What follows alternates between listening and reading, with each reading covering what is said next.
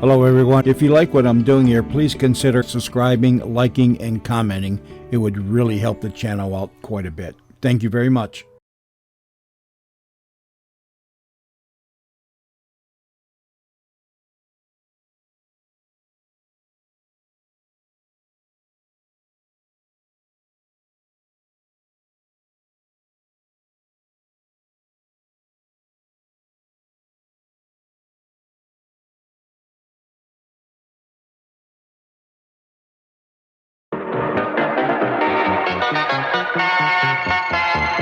We're those news people. CBS Radio for the Midwest. News Radio 78, WBBM, Chicago.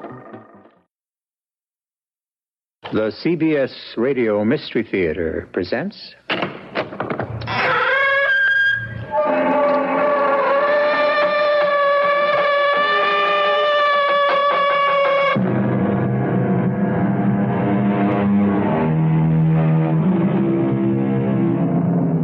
Come in.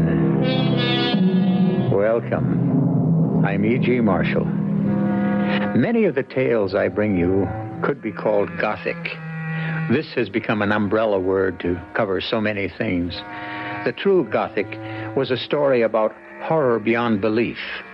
Ghouls and gargoyles, the unexplained and the unexplainable, creatures from a world beyond comprehension.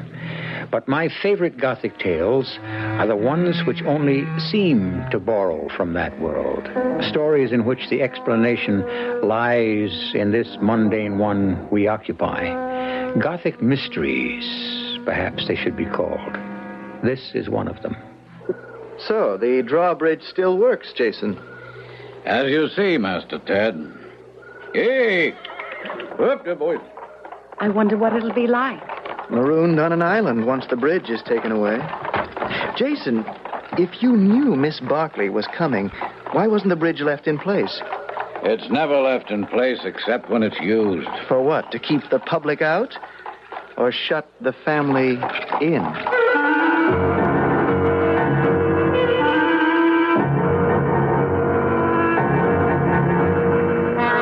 Our mystery drama, The Deathly White Man, was written especially for the Mystery Theater by Ian Martin and stars Betsy Palmer. It is sponsored in part by Buick Motor Division and True Value Hardware Stores. I'll be back shortly with Act One. The standard engine is a V8. Standard tires, steel-belted radials. There are front and rear stabilizer bars, special springs and shock valving, fast ratio power steering, and a rally steering wheel. What makes all this interesting is that it belongs to a full-size, 6-passenger Buick, the 1977 LeSabre Sport Coupe. You'll have to drive it to believe it.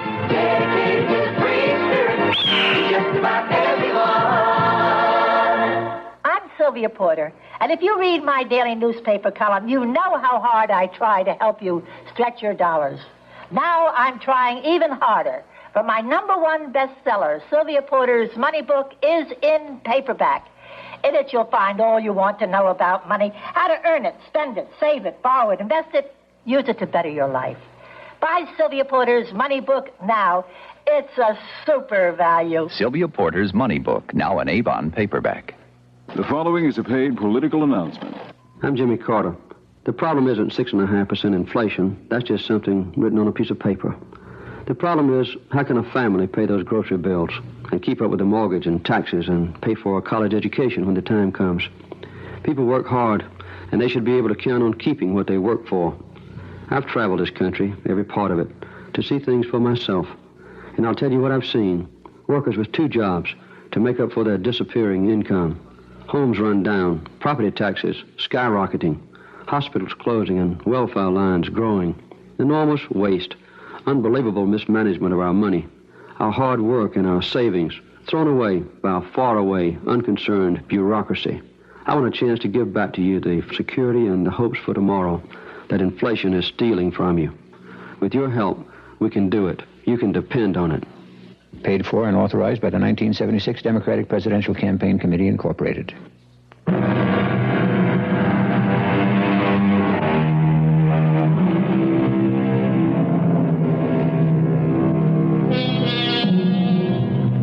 The Renzevelts are one of the oldest families in the United States. Linda Barclay, on the other hand, although she can trace her lineage as far back as most of us care to, is a product of the Middle West. Her father's job brought him east to the accident that killed him and crippled his wife, making her totally dependent on Linda for the rest of her life. When her mother finally died, Linda found herself alone and without money. That's why she answered the mysterious advertisement, which has led her to the terrifying meeting with the Roosevelts and the curse of their history. Well, you're younger than I might have expected, Miss Barclay. That's something I'm scarcely able to do anything about, Mr. Roosevelt. And I'm not quite sure this would be the right job for you. My wife is, well, after her fall, she's more than ever an invalid. But that's what I'm used to. That's what my mother was. Ever since I was 15, the carriage overturned on a bend in the road, and my father was killed, and my mother pinned under the wheel. She never walked again. I had to lift her, carry her. I'm very strong, and I've studied nursing, even if I don't have a degree. Oh, yes, my dear girl. You remember all that was in the letter when you replied to my advertisement. You don't believe me? Of course I do, but what is concerning me at the moment is not so much how good you would be for my wife, but... But what? Well, as how good this job would be for you. Or bad. I don't quite understand, Mr. Roosevelt. Well, for many reasons, we live, that is, my family lives quite a bit outside the city on an island, very isolated. My wife had a difficult time when our son was born, and in recent years her mental health has been, well, she retrogresses year by year. Oh. She can be very difficult at times, especially now since her injury. It's so much more difficult for her now that she can't... Now that her mobility is impaired because of what happened, she mustn't... No. I'm afraid you'd have to be a kind of jailer, too, and make sure that she keeps to her own quarters and... Very well, then. Let's see how it works out. How soon can you leave? As soon as I can pack. By tonight. No. I shall drive up by carriage tonight myself. I need a little time to prepare my wife and the household for your arrival. You can take the train up tomorrow to Coscob. My housekeeper's son, Jason, will meet you at the train. His name is Jason Greaves. Is it a large menage? No, just Mrs. Greaves, my wife, Jason, a cleaning woman, and a maid or so, and myself, of course, when I'm there. Business holds me a good deal to the city. Now, do you need money? No, better than that. Here are some traveling expenses. $50? Well, that's far more than enough. Well, we can straighten things out once you get to Broomwagon. Where? Oh, I'm sorry. That's the old Dutch manor that we live in, built over 3 centuries ago. Oh. How did Mrs. Roosevelt injure herself? Why, she fell down a flight of stairs. We don't know why. There were quite severe head injuries, and she's now confined to a wheelchair.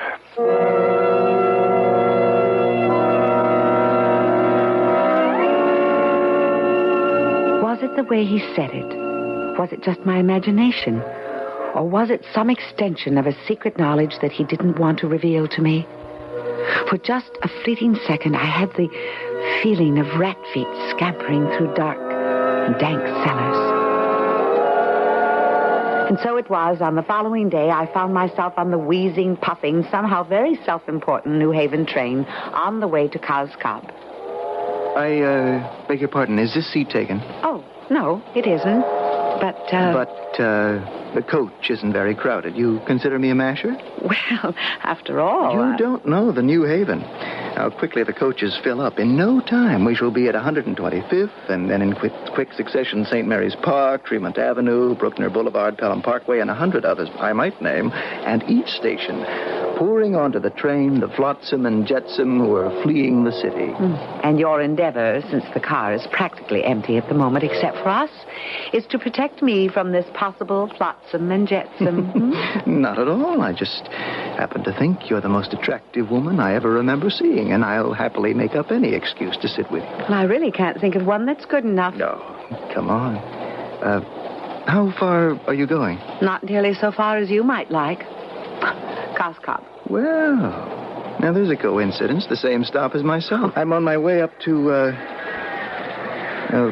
actually, it's a highly penitential journey. I'm on the way up to see my mother. If you know Coscob, you should know or have heard of my mother. Her name is Mrs. Carter Roosevelt. I looked at the handsome young man standing beside me, his gloves and his fedora held casually, but so stylishly. His hair a light brown and wavy, his eyes a deep, almost steel blue. And as I looked, a wave of what? Anticipation, pleasure, excitement, or perhaps something even stronger welled up in me, constricting my throat. Did you hear me? Yes, Yes, of course. I get the impression you did recognize my mother's name. Oh, indeed I did. Then do I pass muster, and may I sit down? I'm sorry. Please do sit, Mr. Roosevelt. At last. What a relief. I didn't mean to keep you standing so long. My dear young lady, it's no relief to be off my feet. I was swept from them the moment I saw you. The relief is that you did not deny me your company. I could scarcely do that to my employer's son. What? I've been engaged by your father to be nurse to your mother at Broomwagon. My name is Linda Barkley. Didn't your father tell you about me? My father and I, Miss Barkley, are not on speaking terms. You said nurse? Tell me, is my mother worse? What does she need a nurse for? Well, I understand she had a fall. Mother? That's strange. A fall. How? Who was with her? I really don't know the details. I believe Mrs. Greaves or her son Jason found her. Mrs. Greaves? Is she back? What happened to Bunty? Bunty? Bunty, yes, Bunty. She was our housekeeper all the years I was growing up. She was almost more of a... Mrs. Bunter, her name was. She was a darling. Did she die? I don't know. I hope not. And my mother, how badly hurt is she from the fall? I can't answer. I believe she had an injury to her head and is in a wheelchair. Oh, no. A moment or so ago, after I met you, I wanted this pokey old train to take all the time in the world or even break down. Now I can't wait for it to get to Broomwagon. I have a ghastly feeling old ghosts are abroad again. If you'll excuse me, I think I shall repair to the bar car. As abruptly as he had appeared, he was gone. I remained looking after him for a long while, the passing countryside forgotten as my mind was filled with speculation. Jason Greaves was taller than my employer's son and heavy and dark and powerful looking. But his teeth had been startlingly white against his swarthy complexion as he greeted me with a smile that faded as quickly as it had come when he saw Mr. Roosevelt Jr. Now, riding in the carriage from the station, I was painfully conscious of powerful undercurrents of feeling between these two men. It was obvious that they disliked each other, but it seemed to be more from instinct than from acquaintance. Oh. There we are. And here we are. That's Broomwagon over there on the island, perched high on the rocks. But it's a real island. Open water all around. What happened to the bridge? Must we go by boat? Well, Jason, must we, or is it out of service again? No, Mr. Roosevelt. I keep it in service or out of service as is indicated. Excuse me a minute. Where's he gone? Oh, you'll see, to the bridge house over there. One at each end of the bridge can be operated from either side. I don't see any bridge. You see what looks like a dock? Over on the island side. Yes. Yep. Now watch it. It's hinged in the middle and operated partly by hydraulics, partly by the set of the tide, and part by counterweights. See? Look at that. It opens just like a huge arm. And when it's straight, it reaches from shore to shore. Some people, like my father, who belongs back in the Middle Ages, must have their precious privacy at all costs. Look at that nonsense. It's ingenious, isn't it? It's incredible. Like the man who spawned it. And the rest of our private brood, whom you are about to meet. Unless you want to fly now while you still have the chance, Miss Barkley. I don't know what you mean. I'm not sure I do myself. It's just a feeling I have about my dear ancestral birthplace. So, the damn thing still works, Jason. As you can see, Master Ted, as long as you know how to handle it. Hey! Up there, boys. Don't look so scared, Linda. I'm not scared. Jason, why the devil, if you knew Miss Barkley was coming, even if you didn't know about me, didn't you leave the bridge in place? Mr. Roosevelt's orders. It's never left in place, except when it's to be used. By whom? By whoever is authorized. But the question really is, old Beetlebrow, what is its real purpose? To keep the public out or to shut the family in? I slid a sideways look at this handsome young man beside me whose moods changed like a chameleon. And inside, I felt a cold and icy shudder. I wanted to cry out, "Take me back!" But we were already over the bridge and on our way up the steep driveway that wound its way up to that great, dark house. In the gathering dark, it loomed like some huge monster, and I had a feeling of terror lurking in and around it, and unnamed things that cried out in the night.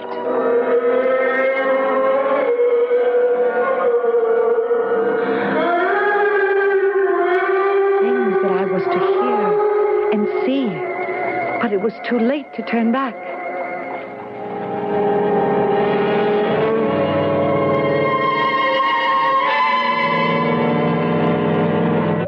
Dear me. Now, mark you, the ladies in these old Gothic mysteries did have a penchant for, or a habit of, overstatement. But in Linda's case, well, I shall leave you to judge that for yourselves when I return with Act Two. Not all batteries are created equal.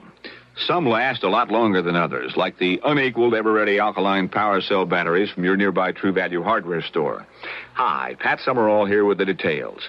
They're unequal because they use a chemical system that's entirely different from that of regular batteries. The extra power they provide makes them ideal for portable radios and tape recorders. In fact, any device you use frequently or for long periods of time. And they'll hold their power for months when they're not in use. So they're perfect for devices you use only intermittently, such as calculators and cameras.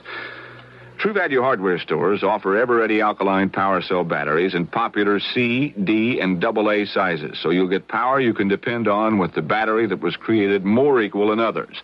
Ever-ready alkaline power cell batteries are just one of the values you'll find at the participating True Value hardware store near your home. True Value.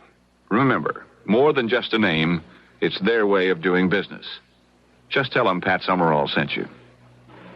Is your bank open when you're busy and closed when you're not? Northwest Federal Savings knows that a good place to save is ready for you when you're ready. So Northwest Federal Savings is open 63 hours a week in all the places you might be. Because there are 5 convenient Northwest Federal Savings Centers throughout Chicagoland's great Northwest Territory. If you're shopping around 6 Corners, there's a Northwest Federal west of Cicero Avenue on Irving Park. Saving in Des Plaines, Northwest Federal's just east of the Tri-State on Dempster. Cashing a check in Norwich. Northwest in the Harlem Irving Shopping Center. Live near Edison Park? Save at Northwest just east of the train station. Looking for a loan in Arlington Heights? We're at Algonquin and Gulf. 5 convenient Northwest Federal Savings locations for all of your savings needs. Open 63 hours a week to satisfy them all. Northwest Federal Savings keeps the best hours yours. Northwest Federal Savings Time, 63 hours a week.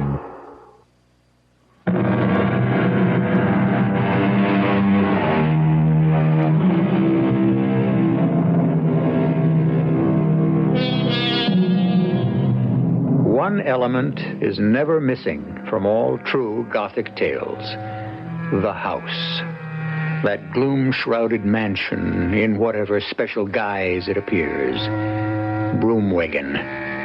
High on a rocky island, barely separated from the Connecticut coastland, which some ancient Roosevelt ancestor built. Massive stone and mortar, it is intimidating before one enters it, and even more so after one is inside. The first night, I didn't meet my patient. Mrs. Greaves, the housekeeper, served us all dinner, and we retired early. My room was on the 2nd floor, right next to Mrs. Roosevelt's bedroom. Mrs. Greaves had told me, but quite a way beyond it as you went down the hall. I had stopped for just a moment in curiosity outside my room to the patient's door, and then quickly, ashamed of myself, moved to my own room and had just entered when I heard the sound of a door closing and a key in the lock. I looked out, and Mr. Ted Roosevelt was in the hall. Oh, I'm sorry, Linda. Did I disturb you? No, well, just the sound of the door attracted my attention. I was with, my mother. How is she? Asleep. You look a little strange. It's nothing, just that... Well, nothing. Oh, come on, you can't fob me off like that. What is it? Oh, silly, I thought you came from that door on the other side of the hall. That? No, scarcely. That goes to the third floor in the turret rooms. Part of the house that's been shut off for years. Nobody uses that door. I'm sorry. It was just an impression. Linda, trust me. Believe me, I may be the only one you can in this house.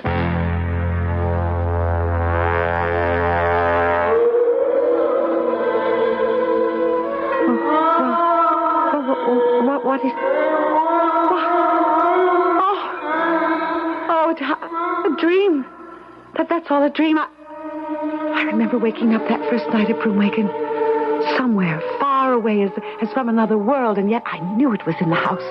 There was this terrible, agonizing animal sound.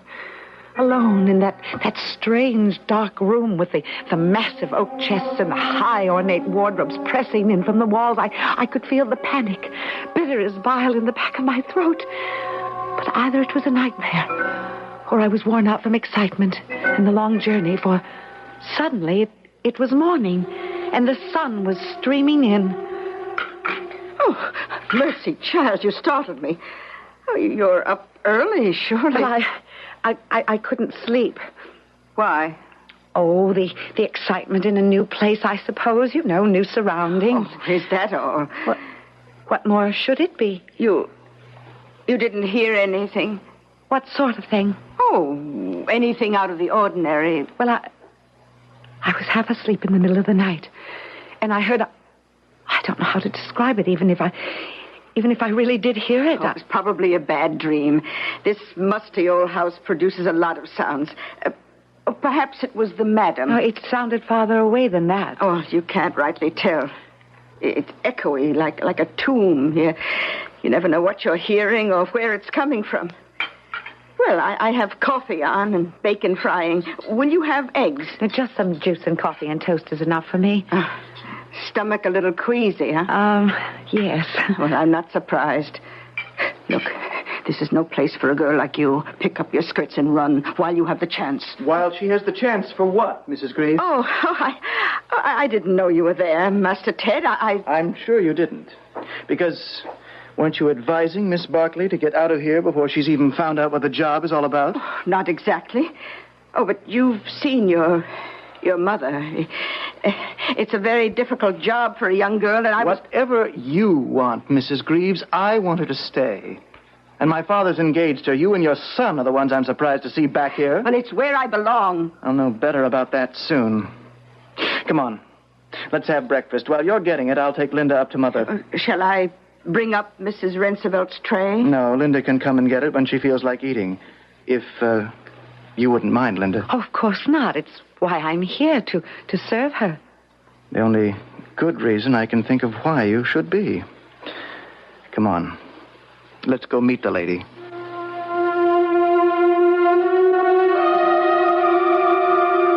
I don't know what I expected, but certainly not what I saw. A bright, pert little woman with eyes as bright and darting and alive as a bird, who may have been in a wheelchair, but didn't look confined to it at all. At least, that was my first impression. But it didn't take long to change it. It was all a mask. This was a woman broken by life, terrified of something total and nameless, locked in a silent cage where no birds could sing, not even herself. Mother, it's Ted again. She's trying to say something, Ted. What? I don't know. I wish to God I did. Mother, I want you to meet Miss Linda Barkley. Yes, she's come to take care of you. How do you do, Mrs. Rensefeld? I hope I can be of help. Is there anything I can get you? That's right, yes, to help you. That's as far as our conversation went. Just that one possible word, and it terrified me because I wasn't sure of its meaning. Did she mean just that she was glad to have someone give a physical aid, or was it a cry of despair? Or was it my imagination being too lively? At any rate, Ted didn't seem to share my apprehensions as he walked me downstairs so that I could fetch the tray for Mrs. Rensefeld's breakfast. This damn flagstone staircase, dangerous as hell. I don't know why my father would never let these steps be carpeted. Is this where your mother fell? I don't know. It's all a bit vague. A lot of things vague around here. Your mother, did you get the impression that she's scared of something? Well, wouldn't you be in her condition? Just take care of her. Stay with her at all times, and I'll take care of you. Are you going to be staying? At least until my esteemed male parent gets back here where he belongs. Excuse me? Oh, is the madam ready for breakfast? Linda can get it for her and her own and take them up. I want to talk to you for a moment. I'll prepare the breakfasts. Mrs. Greaves, what happened to Bunty?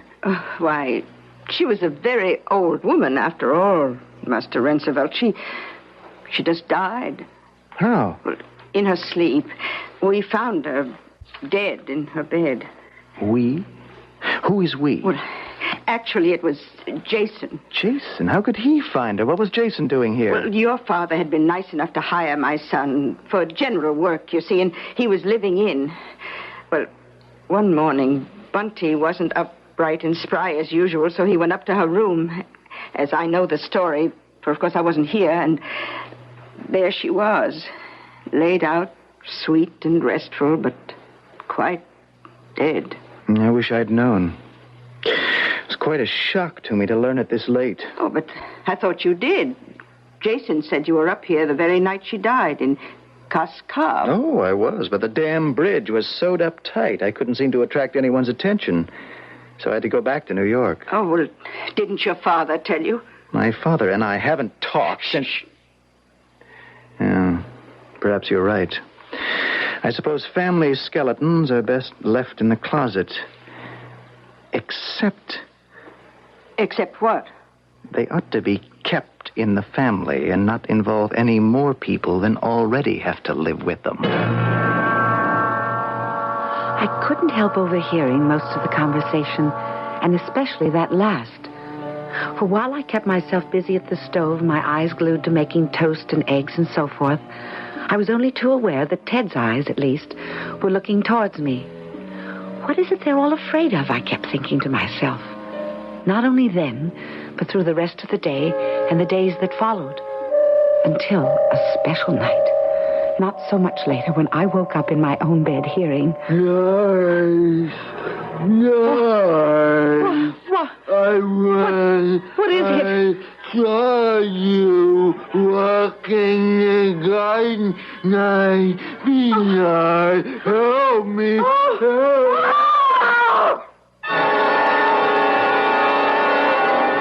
I was ashamed of myself, but it was a primitive reaction. Above me, in a dream or in waking, had loomed a face from the churchyard or the grave. Parchment white, drained of blood. Was it vision or reality? You all right? Yes, I'm sorry. What happened? I don't know how to say it. There was someone or something here, pale white as a ghost and not quite human. And a bad dream. What else? I'm sorry. You must be right. It's just... Where's Ted? I mean Mr. Rensefeld. Ted? I don't know. Right at this moment, I guess it's something we'd all like to know.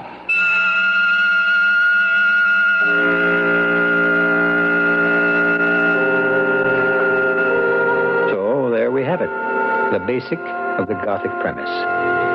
What has this sweet, innocent young girl got herself entangled in? What web of mystery and death? And how can she handle it? Or at least extricate herself before it's too late? I shall return shortly with Act 3. It's 2 a.m. A man is at your back door, cutting out one of the small panes of glass. He knows that you're asleep upstairs, but he doesn't know that waiting for him, right down the hall, is a master lock burglar alarm, the new Ultrasound X. It looks like a small stereo speaker, just plugs into any electrical outlet. When it senses movement, it starts screaming, and it can set off remote alarms by sending a signal over the household wiring. It'll even set off remote alarms in a neighbor's house. The man eases the glass out, reaches in, unlocks your door, and you're safe. You can have this electronic burglar protection for less than you might think. To find the nearest Master Lock alarm dealer, call this toll-free number right now, 800-528-6050, 800-528-6050. Call tonight and sleep tight tomorrow night. This is WBBM Chicago. The following is a paid political announcement.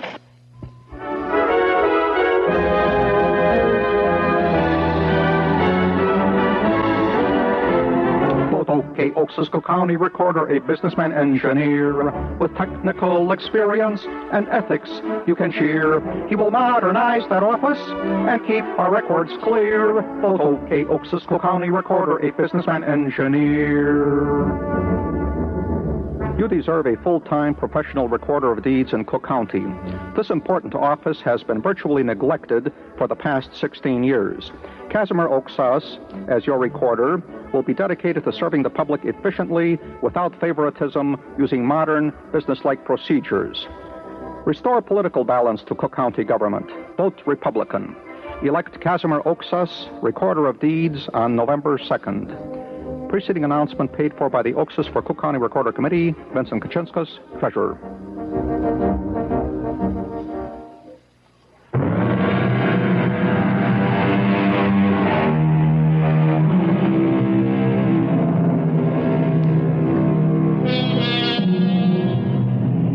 As in all good Gothic mysteries, it is question time now. How did Mrs. Bunter, the former housekeeper, really die? Is Ted Roosevelt as charming and desirable a man to love as Linda would like to believe? Or does he pose a threat to her? Where is Mr. Roosevelt? And what is the specter that haunts Linda, either in reality or in her dreams?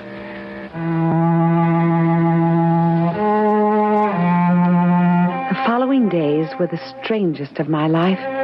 There seemed to be a conspiracy of silence about Broomwagon. Poor Mrs. Roosevelt was held helpless, unable to speak, though often watching her eyes, I was sure she wanted to. For days now she had been confined to her bed. Ted had disappeared mysteriously, and I even had the idea that Jason and his mother didn't know whether he was on the island or, if he wasn't, how he had gotten to the mainland. I had no further visits from the white man or dreams, and I went about my daily tasks in a sort of stupor, till at last I couldn't stand it, and I followed Jason down into the cellar one day. Who is it? It's me, Jason. Linda. Oh. What are you doing down here?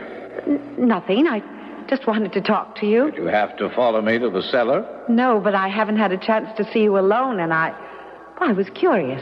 Curious about what? I'm only human, curious about all of this strange old place. Why pick the cellar? I didn't. You did. And I'm just as curious about all the upper floors. Oh, why? Just normal interest. Doesn't anyone ever go up there? Why are they all closed off? Saves on the heat bill. All right. Is that why the door is locked? How do you know it is? I tried it. Why? Well, the first night that I was here, I thought Yes? But I thought I saw Ted, Mr. Roosevelt Jr., coming from that door. Well, did you now? And why would he be going up there? Well, maybe to visit someone. Jason, is there someone else up there or living in the house, someone that I haven't met? I don't know what you mean. I don't understand. I'm really quite level-headed normally, but this man, the man with the parchment face and the snow-white hair, the one who sometimes wanders at night. You're not sounding very level-headed now. No, I guess not. Oh, I am sort of scared. Well, then, Linda, want to take my advice? Get out. Get out while the getting's good. Yes, that's what your mother said. My mother isn't always so smart, but if she warned you off, then she was. But what do I have to be afraid of? I'll let you answer that question for yourself, since you were the one who brought it up. Oh, I just can't walk out without seeing them. Where is Mr. Roosevelt Sr.? Doesn't he ever come here? He'll be here at the end of the week, but if I were you, I wouldn't wait for him. Why not? I have to be paid. Jason! Jason, is Miss Barkley down there with you? Yes, Mom, what is it? It's Mrs. Roosevelt. She's having some kind of a fit or something. I think she needs her nurse. As I hurried up the stairs with Mrs. Greaves, I sensed that her summons was not as urgent as it seemed to be. So I took the opportunity to ask a few questions I hadn't had a chance to. It's just that I'm so worried about the poor little thing. Mrs. Greaves, Ted, Master Roosevelt, when I first met him, said that he was surprised that you were back. You worked here before? Oh, dear me, yes. I started out as the upstairs maid when we had a whole proper staff here with a butler. But you left? Well, I had my first... Jason to bring up. And when his father left us, I had to be home with him. You started to say you're first. Do you have another child? Oh, no. I had one born who was dead to me. Oh, but here we are. You'd better have a look at the madam. I went in to Mrs. Roosevelt with so many questions I would have liked to have asked unanswered. I found her in physically acceptable shape, but nervous, and she seemed to want to be alone with me. Everything under control, Mrs. Greaves. I'll stay with her now. She is a bit much for a little slip of a girl like you. I can handle her if you want to go. Everyone seems in such a hurry to get rid of me. Oh, I didn't say so. You intimated it, and both Jason and Ted have said so flatly. Why am I not wanted? Well, maybe they were thinking of you and your well-being. Why, am I in some danger? You don't answer. Is the ghost, or whoever he is, the one that lives upstairs? What do you know about upstairs? Nothing yet. Well, then leave it. Forget it. And if you won't go, then mind your own business. I feel like Alice in Wonderland, curiouser and curiouser. Oh, Miss Roosevelt, did you want something? Where? My son? Oh, I don't know where he is. I'm sorry. Oh, no. Not after what, dear? I'm sorry, I don't understand. Oh, you don't know my son. Oh. With a sigh, she sank back on the bed. I took her pulse, checked her blood pressure, her heart. All normal. She was just quietly and simply asleep. But in checking her pulse, a large old-fashioned key fell from her hand. I waited till that night to use it where I suspected it would fit. Just as I thought, it opened that mysterious door that led to the upper floors. I searched through the cobweb-strewn rooms and at length up one last small flight of stairs to the turret room. The door was open. The room was empty, but the signs that someone had lived there for a long, long time were everywhere. I suddenly had a searing vision of that poor white thing that had come to me in the night. Looking for someone, Linda? Oh, Jason, what are you doing here? Now, that's really my question, isn't it? But you don't have to answer, I will. Looking for Ted Roosevelt, weren't you? Ted? No. Why? Is he back? Oh, he never went away. I don't understand. You weren't supposed to. But you had to keep sticking your nose into everything, didn't you? I knew it wasn't a dream. There was a man, that strange, deathly white man, wasn't there? That's right. The real Ted Roosevelt. Last of the Roosevelt line. What about the Ted Roosevelt that I met on the train? Oh, you mean my half-brother? I don't know what I mean. I'm so confused. All right, then, Linda, let me put you straight. 27 years ago, my mother was a maid in this house. I was only a few years old and boarded out. My mother couldn't take care of me herself. She had to work to support me because my father had died. Mrs. Roosevelt was carrying her first child, and my mother was carrying a child at the same time. It's the mad fancy of some random god that Mrs. Roosevelt went full term to bear a monster.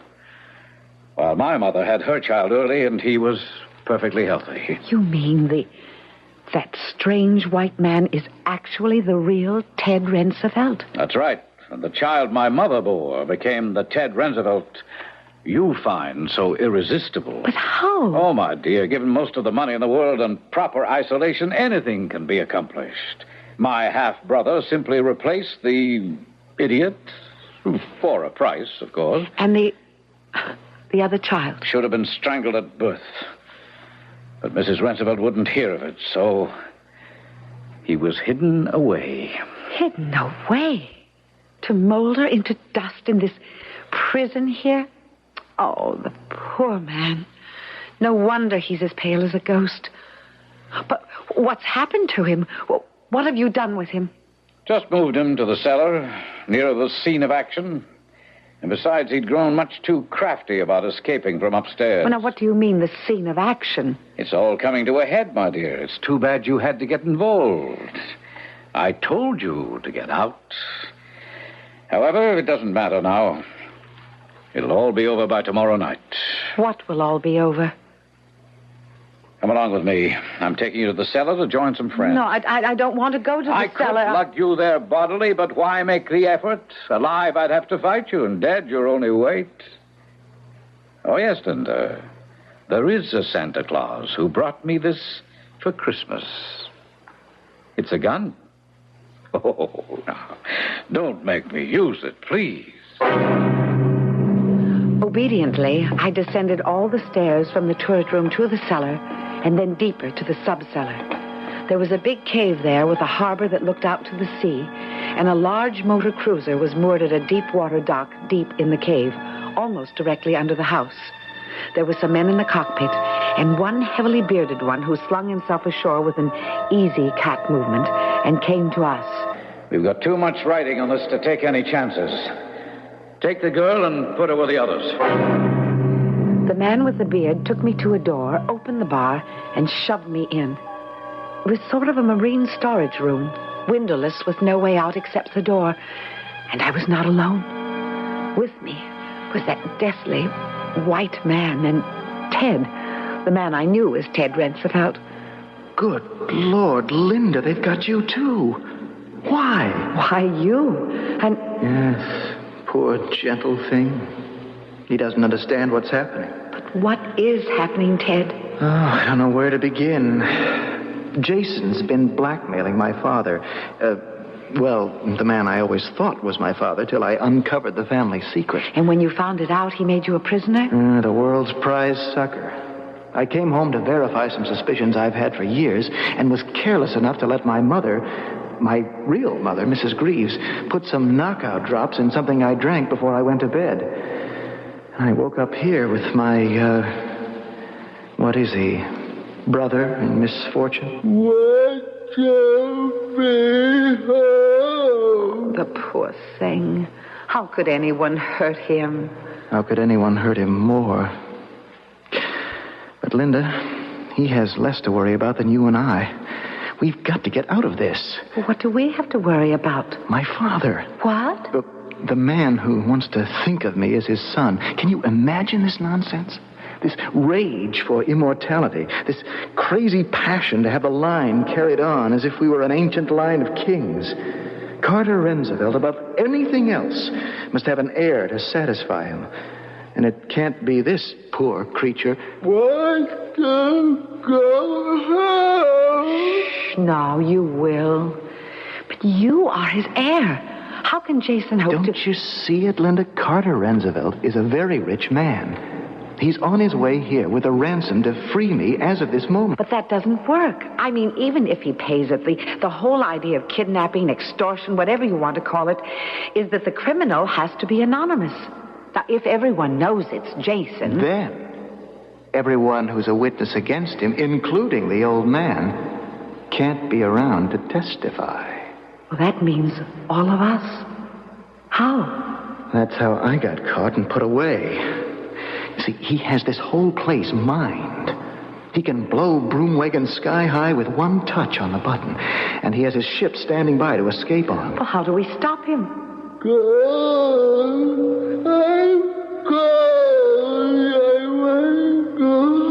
shh. Soon now. How do we stop Jason? Now, that's the question. All right, everyone. You took me from my room in the sky. I go back now. All right, knucklehead, just stay where you are. I want to go home. Back off. Go home to rest. Get back, will you? Now, this is a gun. I want to go home. No, don't. He has a gun. Away from me, will you? You idiot. Keep off that. Ooh, pain. Got pain, you did. Oh, my wrist! No! Stop me! Get your hands off my throat! No! Stay back, Linda. I'll get the gun.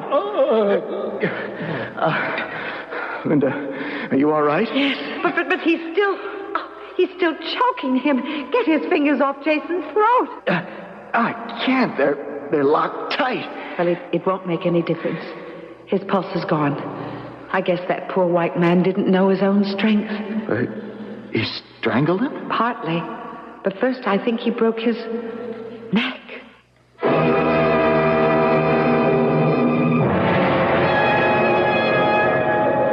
I can't tell you how sorry I am to have exposed you to all this, Miss Barkley.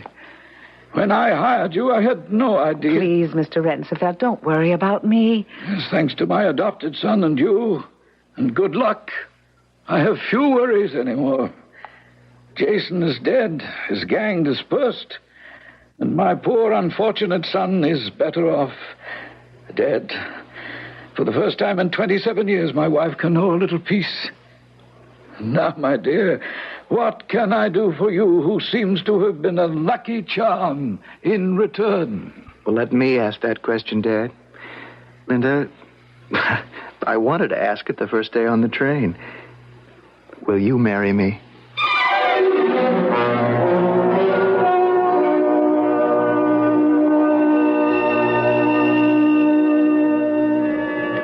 Now, there's the way a good Gothic mystery should end.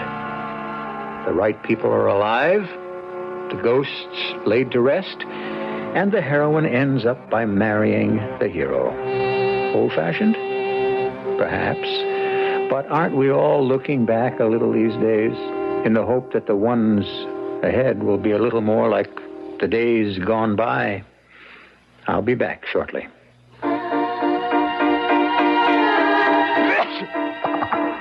Here in my hand is a little capsule. It's Contact. It contains enough cold medicine to help relieve cold symptoms caused by every known virus. Think about that the next time you're sick. Sneezing, dripping, all clogged up. Then let us help you with real medicine, like Contact. We're #1 in the whole world. Give your cold to Contact. Real medicine for real cold. Take only as directed. 7-Up the Uncola explains the undo process. I'll have a hamburger, fries, and a cola. You've heard that before, plenty of times. An order that everyone seems to be rattling off. Well, now you can undo all that with 7-Up as a change of course. You see, when you undo, 7-Up breaks you away from your routine by adding an extra sparkle of refreshment to your meal. So go ahead, take it back, and undo it with 7-Up. I'll have a hamburger, fries, and the Uncola. Hemorrhoid sufferers, the proof is here. Proof from leading doctors and hospitals of a medication that helps shrink swelling of hemorrhoidal tissues caused by inflammation. It's doctor-tested, hospital-tested Preparation H. Hundreds of tests prove that in many cases, Preparation H gives prompt, temporary relief of occasional pain and itch and helps shrink swollen, inflamed hemorrhoidal tissues. Preparation H, ointment or suppositories. Use only as directed. Doctor-tested, hospital-tested Preparation H helps shrink swollen hemorrhoidal tissues. At the Opal Isuzu Information Center of America, pandemonium reigns as thousands of people try to find out what one is. Hello, Opal Isuzu Information Center. Yeah, say, I think I've got an Opal Isuzu. Good for you, sir. Can you describe it? Well, it's about 4 feet high, brown, tan hair on its neck. It's got cute little eyes. Sir, I believe that's a Shetland pony. Oh, yeah, I can see that now. See the little hoofs? Opal Isuzu, a great new little car at your Buick Opal dealers.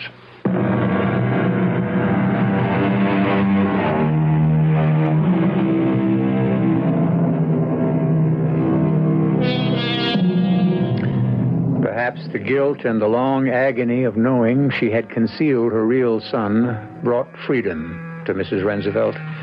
The mental anguish relieved, more and more she found that she could walk and move.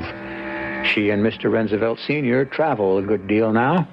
The younger Roosevelts have returned to New York and live as happy cliff dwellers. For them, a house is definitely not a home.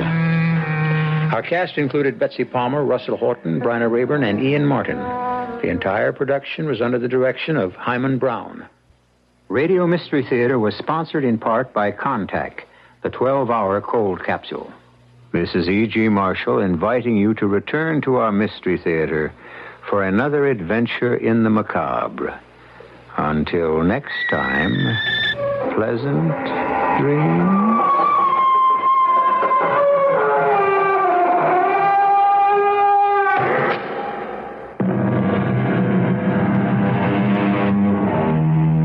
CBS News follows on WBBM Chicago.